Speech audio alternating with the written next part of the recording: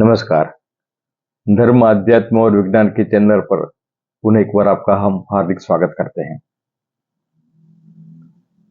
आज का जो विषय है, आज से जो चालू होता है, वो विषय है भक्ति विशेष।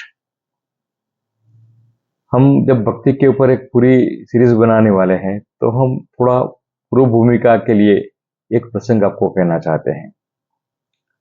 हमारे यहाँ एक सज्जन थे, बहुत तकलीफ में थे। किसी महात्मा हमारे यहाँ आए तो उन्होंने अपना तकलीफ रजू किया। महात्मा बोले कि आप और तो कुछ नहीं कर सकते हैं, तो आप एक काम करिए, आपके यहाँ एक ही मंदिर है, जो प्रसिद्ध मंदिर है गोविंद माधव का, आप इनका दर्शन का नियम बनाइए और आप कुछ ही समय में इनका अच्छा फल आपको देखने को मिलेगा। सज्जन ने बात मान ली। काफी दिनों तक भगवान के दर्शन करते रहे। फिर एक बार लगभग 2 महीने के बाद मेरे पास आए, बोले कि पंडित जी, ये महात्मा जी ने बताया था, आप भी वहां उपस्थित थे, और जो महात्मा जी ने बताया था, मैं भगवान का दर्शन करता हूं, लेकिन अभी तक मुझे कोई फायदा नहीं हुआ। तो ऐसा तो होना असंभव है, क्योंकि भागवत में भी लिखा है कि नाम संकीर्तनम जस्य सर्व पाप प्रणाशनम प्रणामो दुख शमनम तम नमामि हरिम परम। भगवान ने गीता में भी अनेक जगह पर किया है, अनेक जगह पुराणों में भी किया है, और भगवान के दर्शन से पापों का क्षय होता है और सुख की वृद्धि होती है। ये निर्विवाद बात है। आगे भी कहा है, रथस्थम च जगन्नाथम यो दक्षति कलौ नरः संपूज्य भक्त्या नत्वा च करोति जन्म खंडनम। भगवान के दर्शन करने से सिर्फ सुख ही मिलते, ऐसा नहीं है। जन्म मरण का जो बंधन है, ये जन्मांतर का जो चक्र है, वो भी मिट जाता है। संपूज्या राधा माम चैव करोति जन्म खंडनम। राधा सहित मेरे दर्शन करने का नियम बनाओ, तो आपको जन्म मृत्यु के चक्कर में नहीं पड़ना पड़ेगा। अब बात खैर सज्जन की बात है।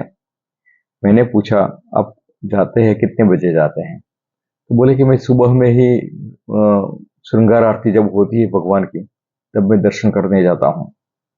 अब दोनों के दर्शन करता हूँ, गोविंद राय जी, माधव राय जी, दोनों के दर्शन करके प्रणाम करके वहां बैठता हूँ, और फिर थोड़ी देर में मैं वापस आता हूँ। ठीक है। जब आप जाते हैं तो दोनों के दर्शन करते हैं। मैं बोला कि ठीक है, अब गोविंद जी का ही बात करें, तो आज भी आपने दर्शन किए होंगे? बोला कि हाँ, आज भी किए हैं। तो बताइए, आज गोविंद राय जी ने क्या वस्त्र परिधान किए थे, इनके हाथ में क्या क्या था, इनका श्रृंगार कैसा था, आप थोड़ा वर्णन कर लीजिए। क्योंकि मैं दर्शन करने नहीं गया हूँ, लेकिन आपसे मैं, मेरी आंखों में भी आपकी वो वर्णन से छवि आ जाए, तो मैं भी दर्शन कर लूँ। तो बोले कि ये तो कैसी बात है, तो भगवान के तो हाथ में 4 हाथ होते हैं। भगवान ने अच्छे कपड़े परिधान किए थे, वस्त्र, और तारा होते शंख चक्र गदा पद्म। पहले कौन से हाथ में कौन सा आयुध था, आयुध कौन से हाथ में कौन सा था, वो भी आप जरा बताइए, तो मुझे क्या वो ज्ञान मूर्ति आ जाए मेरे। बोले कि वो तो नहीं, ये तो शंख चक्र गदा पद्म ही होते हैं, इतना मुझे मालूम है। कौन से हाथ में क्या था, वो तो वो 4 ही होते हैं, तो वही होंगे। बोला, देखो, आपने दर्शन नहीं किए हैं। पक्का आप जाते हैं तो दर्शन नहीं किए हैं आपने। अगर हम किसी के पास जाते हैं कुछ मांगने के लिए, कुछ पाने के लिए, तो हमें पूरे पता होता है कि वो क्या है, इनसे क्या लेना है, इनका स्वरूप क्या है, वो कैसे है ना, वो तो हमें मालूम होना ही चाहिए अवश्य। वो नहीं होगा तो हम, हमारा जो है वो, उनका देखना या मिलना, वो कोई उपेक्षा जैसा लगता है कि भाई आप गए, बस देखने के लिए चले गए और आ गए। तो बोले, गोविंद से शिवर्ण सद पद्म शंखम गदाभृतम तक्तारविंद नयन तर कांचन भूषण। भगवान का वर्ण कैसा है? तो श्वेत वर्ण है। और भगवान ने क्या धारण किया है? शंख चक्र गदा पद्म। चलो, ये बात तो ठीक है, भगवान ने सुंदर वस्त्र धारण किए। भगवान के नेत्र कैसे हैं? रक्तारविंद नयन, रक्तारविंद, गुलाब की जो, कमल की जो पंखुड़ियां होती है, उसमें आगे के भाग में और मूल के भाग में जैसे अच्छी रातिमा होती है, रक्त वर्ण होता है, ऐसा ही भगवान की पंखुड़ी जैसा नयन है, कमल नयन, ऐसी पंखुड़ियां हैं, दोनों कोने में थोड़ी गुलाबी कलर है, ऐसे भगवान का है।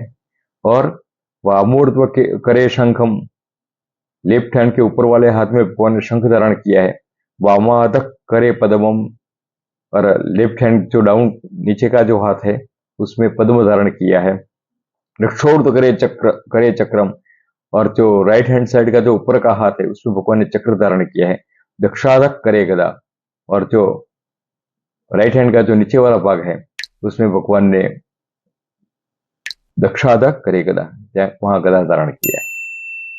देखो भगवान के बहुत सारे स्वरूप है, गोविंद स्वरूप है, माधव स्वरूप है, केशव स्वरूप है, रणछोड़ जी है, नारायण है। तो इस सबके भगवान के सभी के चार हाथ होते हैं। हाँ, सबके चार है, लेकिन किसी का वर्ण श्वेत है, कभी किसी का वर्ण, कभी सत्यनारायण है, कभी का वर्ण श्वेत वर्ण है। और आयुधों में परिवर्तन होता है, कहीं गदा एक हाथ में, कहीं दूसरी साइड में है। और ये सब क्या बताते हैं?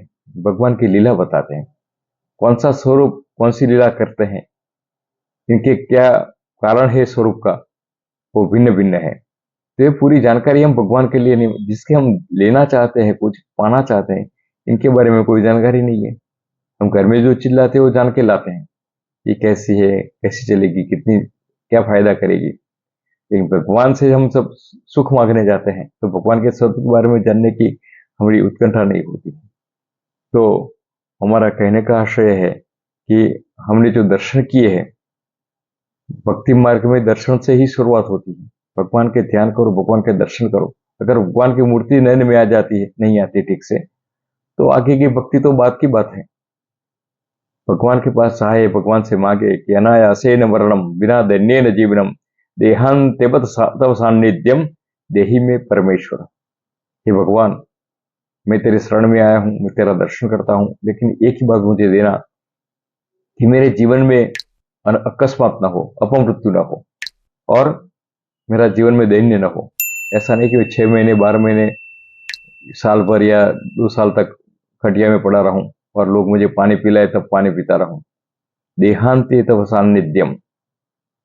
और मैं, वो ये सब कब होता है? जब नित्य भगवान का स्मरण करते हैं तब, तभी अंतकाल में भी इनका स्मरण रहे। और अंतकाल में स्मरण होता है तो फिर दूसरों की पहचान चली जाती है, यहाँ के संबंध यहाँ छूट जाते हैं।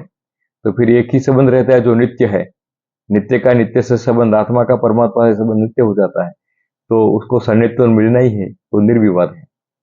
हम इसी विषय पर आगे चलेंगे। ये पूर्व भूमिका के रूप में एक था। भक्ति शास्त्र बड़ा शास्त्र है, और हम आगे चल के और भी एक प्रासंगिक बात करके नवदा भक्ति की तरफ